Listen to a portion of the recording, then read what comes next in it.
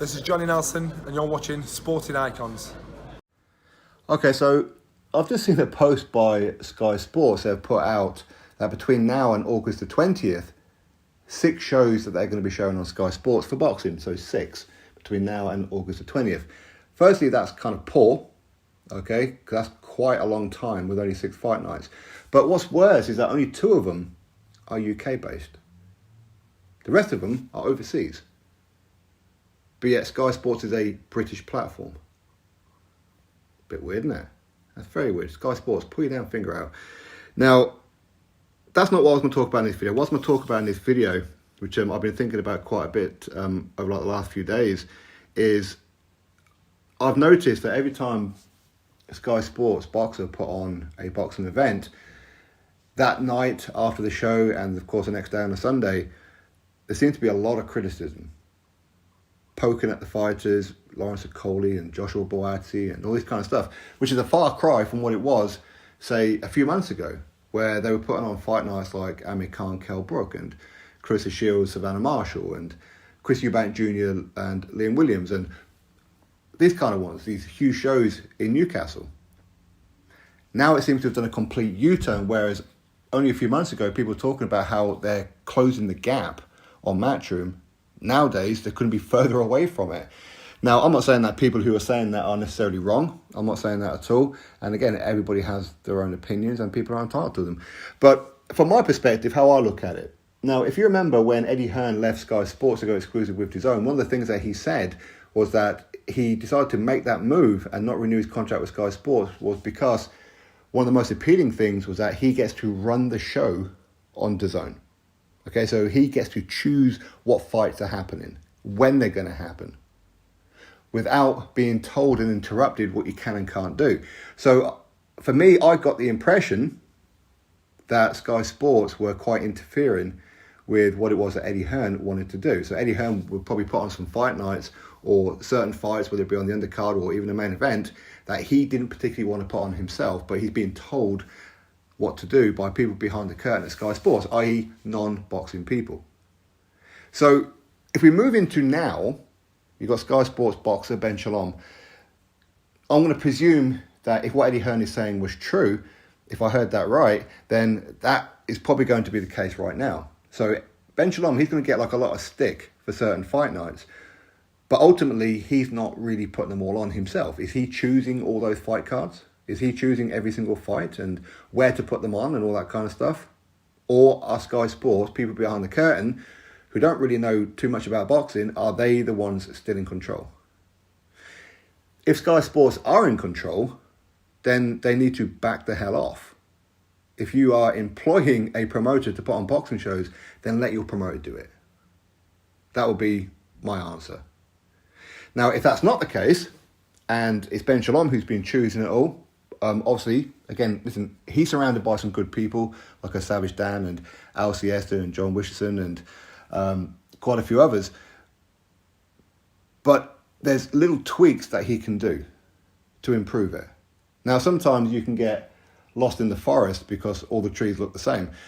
What I mean by that is maybe it's a case of, like with Ben Shalom, as it is, I'm sure, with other promoters now around the world, that you can come into it as a boxing fan with this clear vision of what it is that you want to do and certain fights that you would do as a boxing fan. But once you're in the chair, you can't really think that way too much anymore because things are going to get cloudy. It's natural, right? Okay, that's not a criticism. That would just be natural. When you've got fans saying, this was garbage, that was garbage, why would you sign this fighter for? Why is he fighting him? Blah, blah, blah. And you're trying to maybe try and please them, but then you've got a budget to worry about. Then you've got people on Sky Sports breathing down your neck, and you've got other promoters calling you up. You've got managers calling you up. You've got fighters saying, I want a fight date. And you've got all this kind of stuff where some are prospects and some are being moved faster than others, and maybe it's the wrong way around. And it can get very cloudy, very convoluted for sure.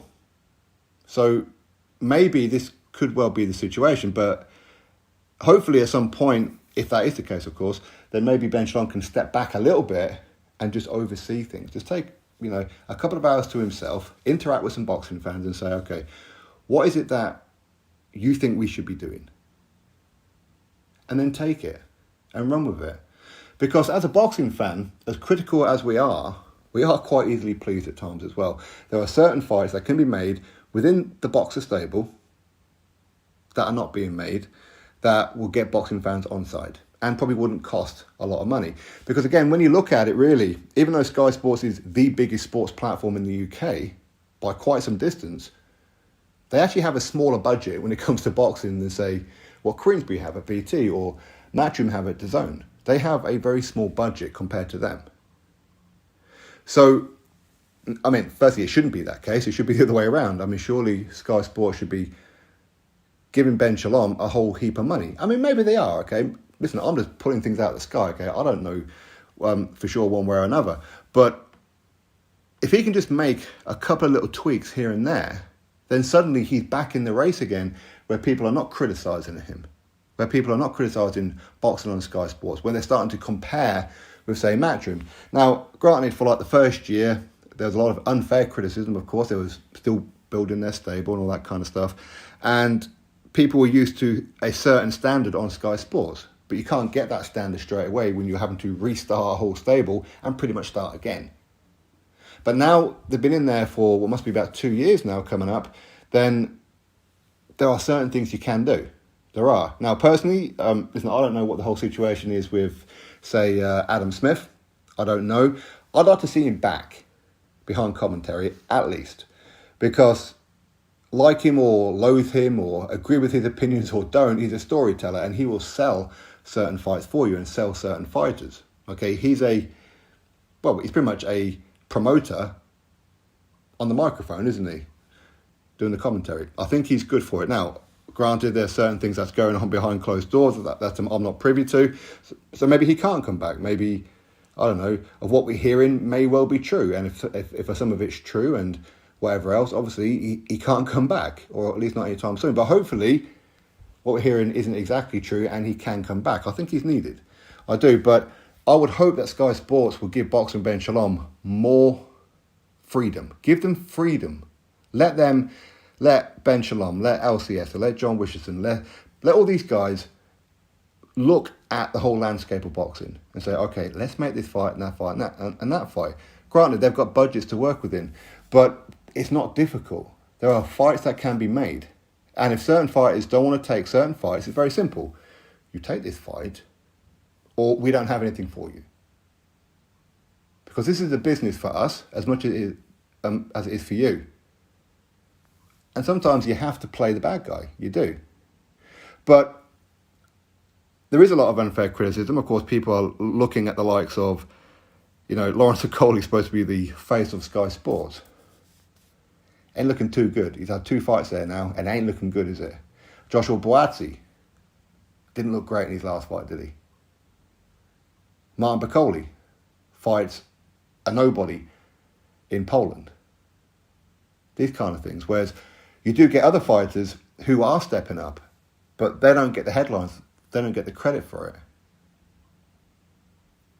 So hopefully they will spend a bit of time and do what it is that I'm presuming that Queensberry and that don't do. Queensberry are, as far as I can tell, are very outdated. They don't have boxing fans within their circle, which is why a lot of their fights are poor, which is why they bring in like a lot of these Eastern Europeans that people have never heard of. So therefore, people aren't buying the show. People are not interested in, say, what's his name, that Paul, whatever his name is, doing the pre-fight talks and all that kind of stuff. I mean, the whole setup is garbage for me. It is. That's my opinion. But with Boxing and Sky Sports, you have the opportunity. And I know that Ben Shalom, he came into it as a boxing fan. Hopefully he doesn't lose sight of that.